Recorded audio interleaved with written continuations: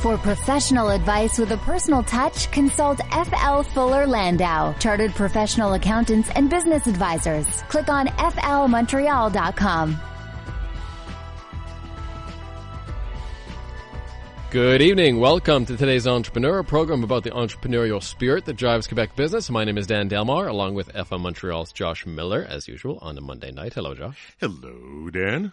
And this evening, we're going to talk about the car business, always one of my favorite businesses to talk about on the show. And Gad Bitton will be here of Holand Group, and they have all the cars. They do, and often, guests, Dan, they bring us little samples of what they have. I don't think you brought in a car for us today. That's too bad. They have all the nice cars, too. We're going to talk about the luxury automotive business as well on the program. And later on, Nick Moratis joins us for some tax talk coming up later in the hour.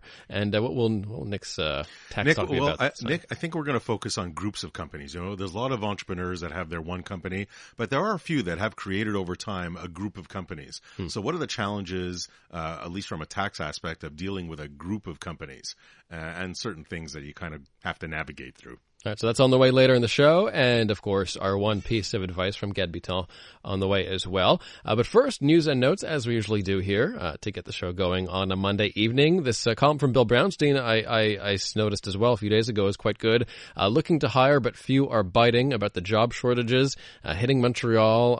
In this case, Bill was looking at businesses along the Main, and wow, is it really tough to find employees. One guy, I think, is at the sausage shop, is pulling 70-hour weeks because there's just no one to take those jobs. And it's prevalent, I think, throughout. I know we've talked about it's tough to find talent in the city. How do you create your differences? But there's no question there is a shortage of people, or there is low unemployment. So you're going to have this issue. He thinks, this guy that's running the sausage shop, he believes that people don't really want to do as much manual work as maybe they used to.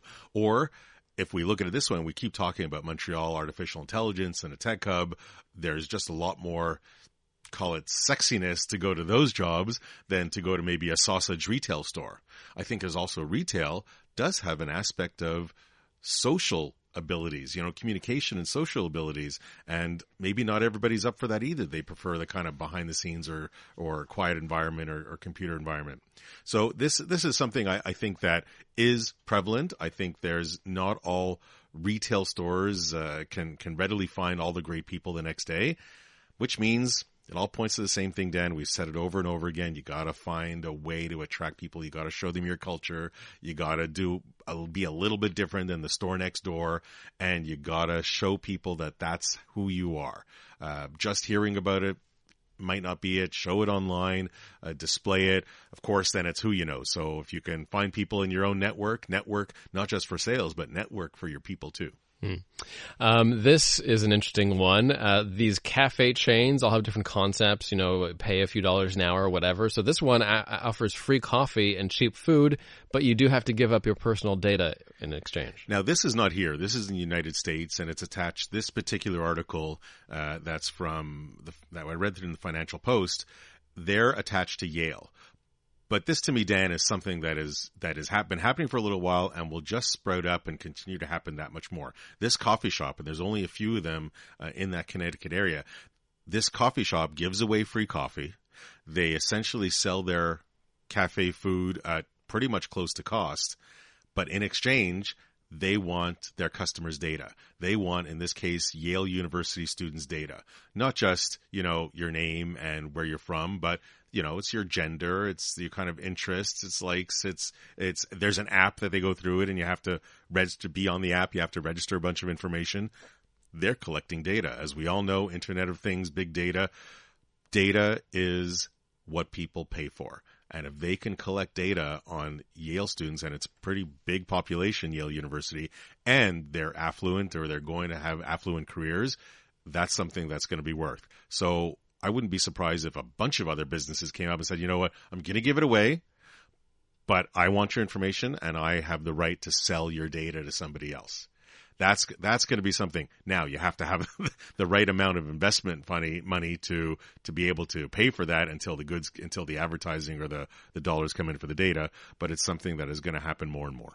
Interesting business, because at this point, we're giving away our data for free. if not we're paying people to take our data sometimes when we're buying premium apps. So here you have someone breaking the model a little bit and recognizing that your data does have value. It's amazing. Just look at the cars that people drive. The amount of data that's collected in every car is unbelievable. Where you go, what your patterns are, type of car, what music you might listen to. There's so much data that is captured in a car, and who does it even belong to? I mean, we haven't even scratched the surface on who the data belongs to. Trade wars now, particularly between the U.S. and China, and we've gotten some blowback because of this as well, and now we're kind of wrapped up in a bit of a trade dispute with China as well. How could this have an effect, according to Forbes, on big American businesses in the coming months, like Apple, Tesla, and Boeing? I read this article from Forbes, and there's no way to predict the ultimate future. That being said, China has a lot of ability. If China is going to be on the other side of a trade war between the U.S. and China, and we certainly might get affected as a result, China has the ability to make certain major changes in their economic structure, philosophy, and create shall I say, a pretty big turmoil in the world. I mean, if they really wanted to, I mean, they found a lot of rare earths in China. So if they wanted to stop exporting rare earths, if they wanted to, retaliate and take their U.S. executives, like the U.S. looked at the Huawei executive and make life difficult or quote unquote impossible for them to come into the country, if they wanted to devalue the currency in any way, shape, or form, I mean, they're sitting on I don't know how many U.S. Treasury securities, maybe trillions of dollars of U.S. Treasury securities. If they wanted to flood the market, they could devalue the dollar. I'm not saying that it's good for them in the long run, but in the short run, if they really weren't really happy and they wanted to do something, there's a lot of things they can do. I mean, there's such a big energy user too. There's so many things that 1.5 billion people, a country with 1.5 billion people, can affect the worldwide economy. From Inc.com, your employees want more financial transparency. Now what? So founders talking about opening up their books to employees and how there's more and more demand from employees to, I guess for some reason, for the owners and managers be more upfront about the inner workings. Well, I think this is probably triggered by the generations, the newer generations, the millennials, the Gen Zs, where they want to feel involved. They want to have their input. They want to know where the company is going. The short reality is it kind of depends on the context. This article from Inc.com, gave a few different perspectives from a few different CEOs, but the one I think that really clicks or stood out with me is one of them that said, if you're going to share, do it in context. Because do people care more about bottom line or top line? What are they motivated by? Do they want to know if the company's in good financial shape so they have job security? Or do they just want to know if there's excess funds so they can get new offices and a great new foosball table? So I think the reasoning why your employees or your team want to know financial data or want the more transparency kind of comes back to what's driving them and where they kind of see themselves. And it's generations. We, at FL, we have 4 generations under one roof, and they don't all want the same thing. So that's why I say, it's great to share information. I think it's important to share. That you want people to all feel like they're going in the same direction. That being said, know your audience and put it in the right context. Do you really want to do this last story here? That is up to you. We could save it for another show if you like. Let's just get it out there because it's in entrepreneur.com and it's a real news story. 3 lessons about setting your price learned from a Vegas sex worker. And this was, obviously this caught my eye, but it's some really simple concepts. And it's somebody that wrote for entrepreneur.com. So it is a story that's out there. And he was traveling to Vegas and he had some time to kill and he kind of shared a walk with this prostitute, and he's a business guy and he's a business writer, so he picked her brain. And really the three quick things that came out of it, and it's a fun story to read, so if you want to go to entrepreneur.com, but the one, and I think the most important, is know your value. How many people undervalue their service, their product, because they haven't looked at the market, they haven't really examined their experience, really understand their clients, how much what the competition charges. But as some lady of the night or guy, if you know what your competition is, you know who's there, then you can know your value that much more. Segment your market. This is something that, understand where you're heading and who your target is. So, and if they have particular needs or niche, then go find that. And I'm not going to get into the niches or fetishes. And then a product portfolio. That was the last thing. Have, it's never just one thing that people may want. There could be lots of things. Package them, separate them, do what you want. Gotta have add-ons. Add-ons will leave the toys out of it. All right. We got through that one. Thanks, Josh. Coming up next, we're going to get to the car business. We'll be speaking with Ged Bitton of Holand Automotive Group and on their cars, on their luxury cars and other commercial ventures. So that'll be interesting coming up next.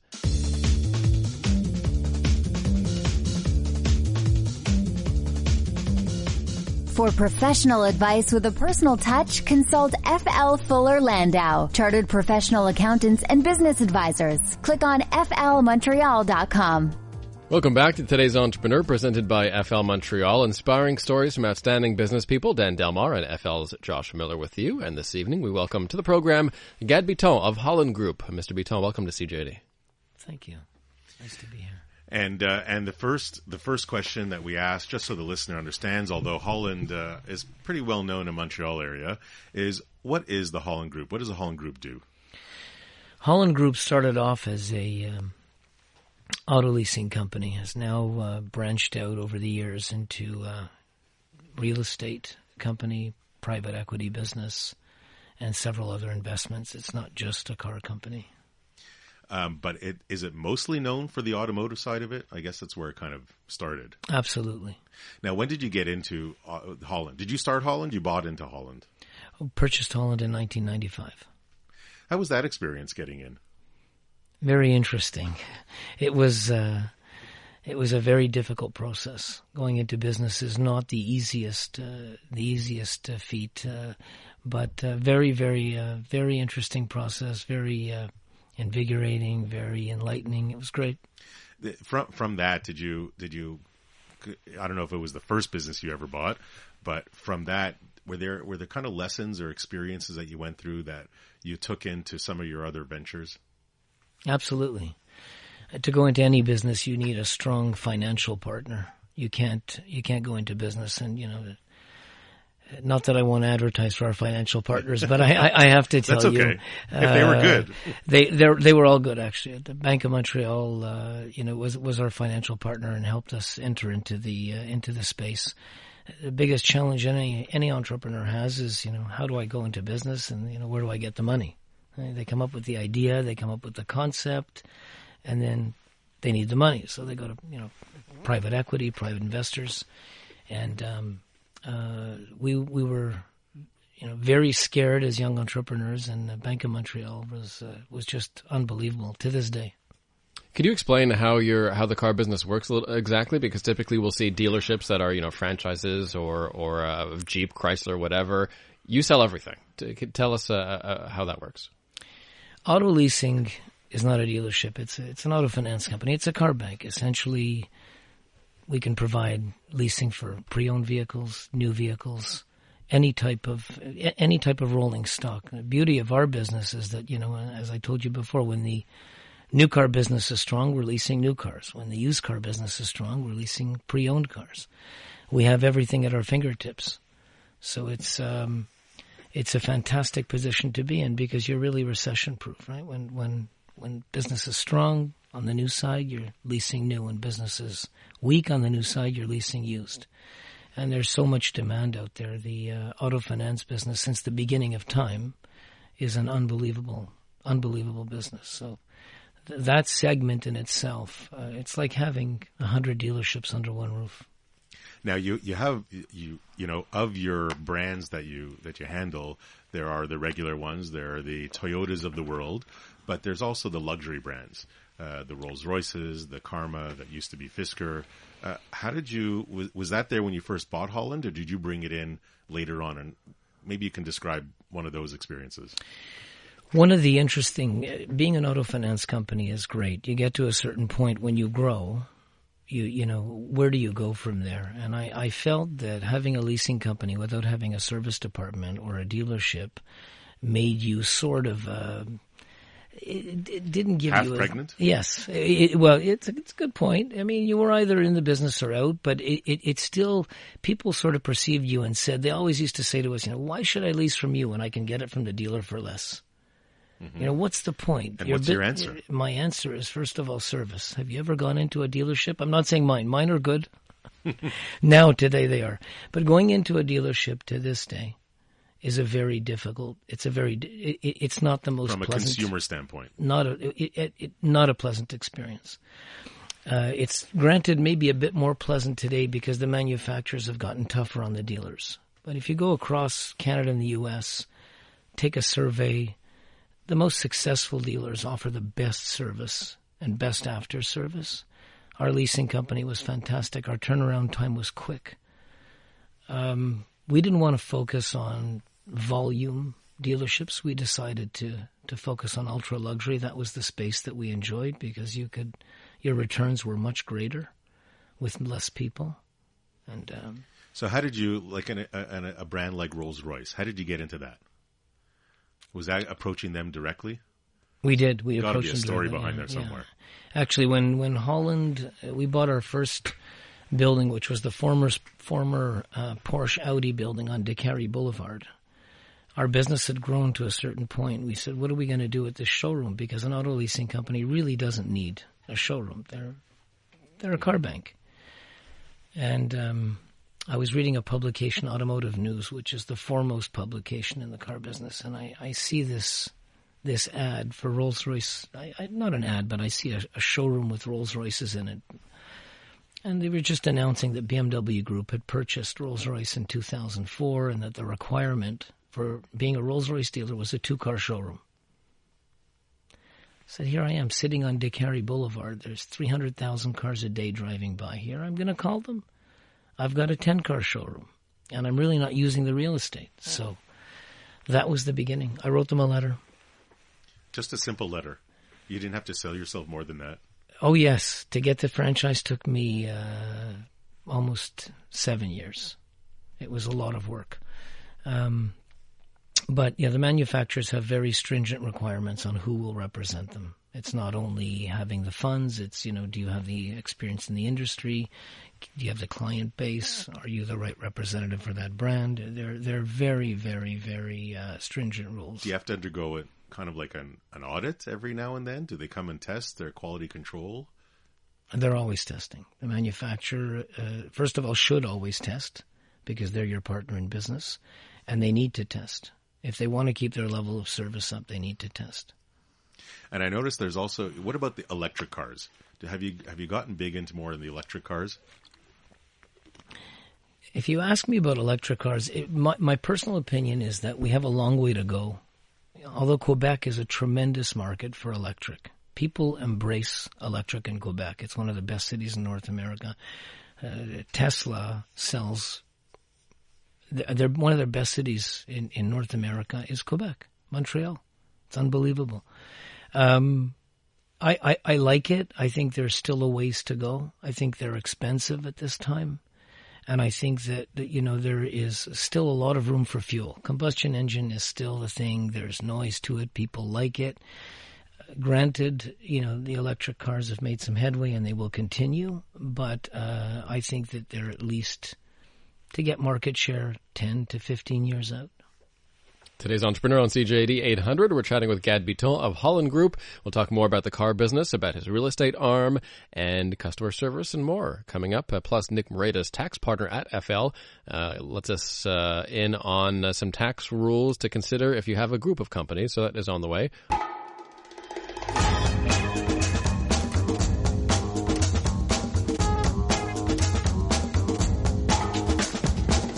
For professional advice with a personal touch, consult FL Fuller Landau, Chartered Professional Accountants and Business Advisors. Click on flmontreal.com. Welcome back to today's Entrepreneur, a program about the entrepreneurial spirit that drives Quebec business. Dan Delmar and FL Montreal's Josh Miller with you. And we're joined by Gad Bitton of Holand Group, car dealerships, now real estate and more. And Gad, we were talking earlier about how your business is a little different from most car dealerships. You know, you're not walking into a dealership that's just Chrysler or just Jeep. How do the customers differ on your side of the business when you have such a large selection? And do you ever get a customer that just doesn't know what they want? And how do you deal with those customers? Well, firstly, the front part of our building is Rolls-Royce, and the side is Karma. But on the leasing side, leasing portion, I think the salespeople are there to cater to whatever needs the customer wants. So we do have an array of, and we're in every segment. So if they come in, they want a Jeep, they want a 4-door sedan, they want an ultra luxury car, we've got it. So I think our staff is equipped to deal with any of the requests that anybody would want regarding all the brands. Now, you're talking about people. Naturally, when you're growing this business, it takes a good team around you. Approximately how many people are you there, give or take? Between the dealerships, the dealership in Montreal, the Rolls-Royce store, the Karma store, the auto finance company, in that building is close to 100 people. So how did you find your people? Like, and what does Gad Bitton look for when he's hiring a key person? Every entrepreneur that's listening to this show, finding people is the key. Yeah. You can't, human resource is the key to any business. It's very hard to find people that are motivated, people that want to work. I think that what we look for is somebody that's has the sheer determination to succeed, and there are no options. They want to succeed. So we've surrounded ourselves by highly motivated people. And it's taken a very long time. And that room for opportunity and growth, have you seen people that have kind of grown up through, I guess, increased or improved or grown up through the ranks? In our company, in particular in upper management, we have no turnover. So most of the people that have been with us for 25, 28 years. And they're still very productive. They're great. They love the business. What we see today, which is disappointing in the youth, is that we see that a lot of people are not as motivated, and it's concerning. It's very, very concerning. So, and it's a growing problem. I have my own views on that, but we're in the iPhone generation, right? Everybody thinks the iPhone can do it. Well, I have news for all of you, entrepreneurs or budding entrepreneurs. The iPhone is not going to do it. You've got to do it. And we look for people that are determined, that want to succeed. In our organization, whether it's hotels, real estate, auto dealerships, there's tremendous room for growth. So you have built a certain culture in the Holand Group, something that you're able to maintain as you grow with the number of employees? Absolutely. The general culture in our company and in any of our divisions is that if you are not ready to be productive and work, you're not going to make it. It's as simple as that. They're very well treated. The environment is beautiful. It's a fantastic place to work in any one of our companies, but they need to work. So let's switch gears a bit and kind of go to marketing. And again, the Holand Group is well known, but you've been in this business for many years. So marketing that you did kind of towards the beginning versus now, is that very different? Or for you, it's the same? It's not the same. I mean, I was one of the last guys to get onto the internet with our cars because we were so active and so proactive. We were always on the phone. We worked our customers. We stayed in touch with our customers. We never felt the effect of the digital age. Everybody would say to me, "No, I'm going digital. My website. Finally, I accept it." But as I was telling you before, Josh, it's the old-fashioned way continues to work. Picking up the phone and calling a customer will give you a lot of return. People just don't want to pick up the phone today. You definitely, this depends on the person, depends on the generation, but certainly less face-to-face. But when you're selling luxury cars and people are not going to drop a chunk of money just because they found something on a phone, they're going to want the service, they're going to want to talk to somebody. Absolutely. Even the people that buy from us on the internet, they buy from us throughout North America. When they're buying a Rolls Royce, they call, and if it's a pre-owned car, they still want to see it. We have people that fly in from the U.S. to buy pre-owned exotic cars, and they check them, they get under them, they like it. It's part of the process. Do you see that enthusiasm in the younger generation as well, with all segments? Because speaking personally, I'm a car guy. I love cars. I've always had one, but especially with traffic lately in Montreal, I find myself being totally okay sharing a vehicle with my girlfriend and not wanting a car on my own. Do you see that transition happening with Uber and all that? I think that Uber is a great idea. I think that it will be fantastic, like the iPhone. I think it's great. But, when it's minus 30 degrees outside and you're calling an Uber and you can't find him and you can't see him and you don't know where he's going, people still want to have a car. I think that car sharing, and again, I'm not knocking Uber at all. I think that there is, Uber is a fantastic idea. It's great. It will continue to grow. Do I think it's going to eliminate people from owning cars? Absolutely not. People love cars. They want to drive. It's freedom. It's freedom. Mm-hmm. So sharing a car with your girlfriend is fantastic. Car sharing companies, are flourishing. It's a great thing. But it is, look, it's also a matter of affordability. People have a budget. If you're on a budget, then you do without. But if you spoke to 1,000 people, if you had the money, would you buy a car? They'd say yes right away. They want to be free. Some part of people's marketing activities and efforts include community giveback. What does that mean to you? Everything. If you want to succeed in life, give back to your community, whichever it is. You need to be charitable and you need to give back. It's on the top of my list. Key to success. That's pretty succinct and pretty powerful. Just before we kind of finish up this segment, you did grow into the real estate business. How did that evolve? Like, where was that first building, and is that something that excited you? You felt that you didn't have enough time in your day. You went to another hobby. Like, how did you get into the real estate after dealing with cars, or in addition to? We got into real estate because the landlord that leased us the premises for Holand Leasing charged us a little bit too much on the electrical bill, and we kept complaining. And then when we finally got around to checking it, we found out he charged us a lot more than he should have. So I went looking for a property, and it's a long story, and on the air with the time limit, I can't give you the whole story, but it's a great story.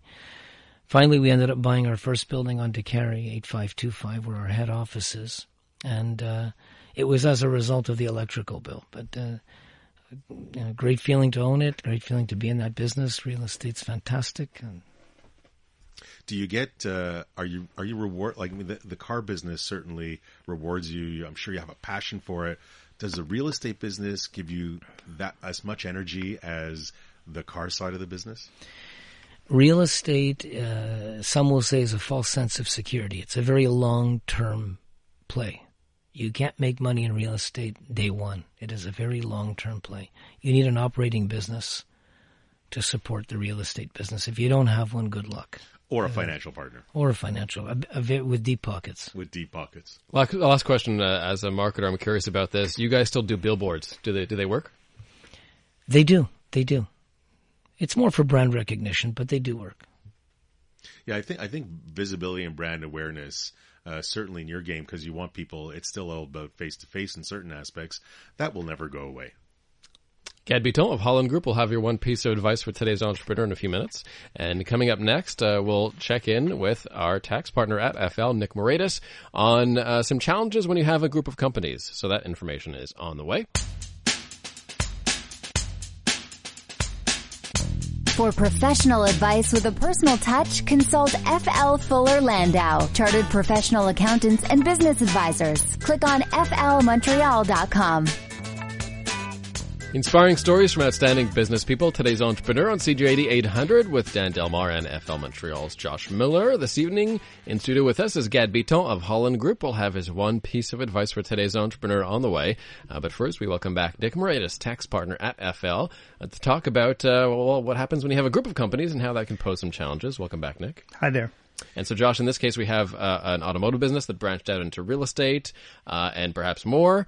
Unrelated, does it matter if it's related or not? Well, that's just it. There's a number of things that we need to take into consideration. We always talk about individual businesses when we're on the program with entrepreneurs, but the reality is sometimes you kind of build up a group of companies, a group of services, a group of different businesses, and there are implications certainly from, at the very least, a tax aspect, notwithstanding the human resource aspect and all that other stuff. But Nick's in the room, so we're going to focus on tax, and he's anxiously awaiting. He's ready to belt out his words of wisdom. So, Nick, what do you think of when you have these group of companies? Okay, so entrepreneurs have to understand that there are certain tax breaks in our system for Canadian-controlled small businesses. But if there's several businesses and several companies around, and they're controlled by more or less a related group, the government turns around, takes all these companies, puts them up together and say, you're really one pot. So these tax benefits that we're going to give you is going to be shared by this group of companies. And this catches people off guard. A simple example would be if I own a company and my spouse has a business and she owns her company, that's two different businesses. But what if I own a bit of her company, she owned a bit of mine? All of a sudden, we're viewed as one for purposes of these tax credits. Now, some of the traps that we get into, and we fall into these, is when we have family trusts involved. So in the family trust, you have mom, dad, and Junior and Princess as shareholders. Well, if Junior and Princess opens up their own businesses as they get older, well, that family trust will make their companies and my company and mom's company all be one. Even if it's a discretionary trust? Especially if it's a discretionary trust, because there's certain rules that say basically you're considered to be one. Other traps, I have a business, my sister has a business, and we happen to be shareholders of my dad's holding company. Well, our two businesses, even though we have nothing to do with each other, we can be miles apart in different provinces, but because we own shares of Dad's company, and if there's certain minimum requirements, our two businesses are now associated for purposes of taxation. We have to share it. What if the businesses are in different countries? No, it's Canadian-controlled private corporations. So it would have to be Canadian. And what if they're completely different sectors? What if they're not related at all? I could be a dépanneur and she can be making high-end jewelry. Okay. But if they look for a family connection. The other one from a payroll standpoint, there's a health services. I'm getting there. So yeah, but okay. Sorry to steal your thunder. Yeah. Getting cut off. The other one where we get cut off is sometimes where there's one dominant family member who's running the businesses and running everybody's and telling them what to do, signs checks everywhere, is a director everywhere, and we call that effective control or de facto control, and then you're caught. Now, why is this important? Well, first of all, there's something called the small business deduction. For Canadian-controlled private businesses, you're on the first $500,000 of profits, you're saving 11.6%. So figure it this way. For every $100,000 of profits, you are not paying $11,600 of taxes up until $500,000. Assuming your assets That's are right. too high. Now that's per business or per an associated group. So in the situation where I'm in Quebec with my business and say my sister's in BC with her business, but because we're associated because of Dad, well, she and I have to call each other up and say, well, we're sharing that $500,000. Where else can it come in? If we're doing research and development, there's more enhancements for small businesses. Again, if I'm associated, I got to share these enhancements with the other corporations. And where can it hurt? Well, the health services fund here in Quebec, where you're paying a certain premium on salaries and payroll based upon how much you're paying a certain percentage. Well, if it was just my business, I have a payroll, say, of $1 million, I pay so much. But what if my business and somebody else, my relative's business here in Quebec, we both have payroll? Well, we have to add up our payrolls together to determine what our percentages are.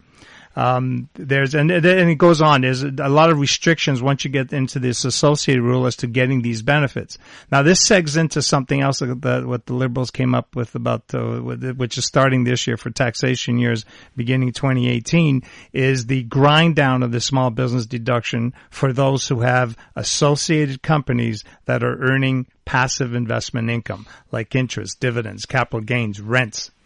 All of a sudden, if this associated business, so it could be Dad's, but remember, I'm a shareholder of Dad and I have my own business, boom, I'm associated to Dad's company. So Dad may have a portfolio that's been accumulated from whatever he did years ago, and I'm starting my own little business here. Well, because he's making a lot of investment income in his holding company, I lose my small business deduction. So I don't save that $11,600 for every tranche of $100,000. So now this requires a look back to say, okay, is there something that we can do to either disassociate, or am I forever going to be paying more tax? Maybe I should be happy about it. I don't know. What determines or what defines relatives? Is it brothers, sisters, cousins? It's a blood or marriage.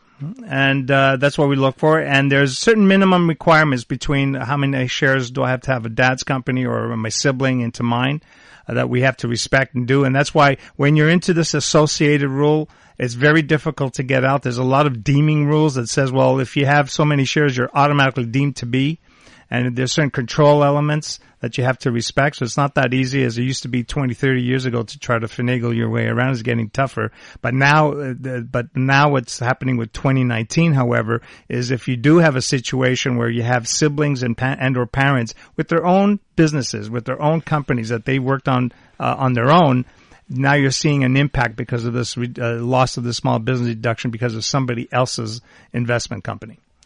Bienvenue au Québec. That's right. Well, it's bienvenue au Canada, actually. Oh, Canada, that's true. Nick, thanks very much. That is a mouthful. It is a lot to take in, but always appreciated. Thanks very much. Gad, I'm sure you don't deal with any of that stuff. It's all about having a successful business. Taxes, well, they come. So thanks again very much, Nick. And as we approach the last moment of our show, as we do each week, we'll turn to our guest, Gad Bitton of the Holand Group, and ask you, Gad, what would be your piece of advice for today's entrepreneur? Never, ever, ever give up. There is no such thing as no. Pretty succinct. Yeah, absolutely. Never give up. And for me, Dan, my, there's a few takeaways, and there's so much more to the story that we can't get to, for the Holand Group. But, he didn't sit still either. It was really, making sure you're out there, making sure there's growth. He certainly didn't get bored. There's no question about that, but don't sit still. And I think that's another great takeaway. Gad Bitton of Holand Group, thanks so much for joining us this evening. Pleasure. Nick Moratis, we'll catch you back soon here on Today's Entrepreneur. Next week, Josh, a printing business that's based downtown. Rubik's Marketing. Oh, marketing. Well, yeah, Rubik's Marketing. Is it different Rubik's? It's a different Rubik's. Rubik's Marketing. All right, Rubik's Marketing. All right. No, branding. And in 2 weeks... Our last show of the season. On location at the Ritz with Andy Nillman. 2 Mondays from now. Stay tuned.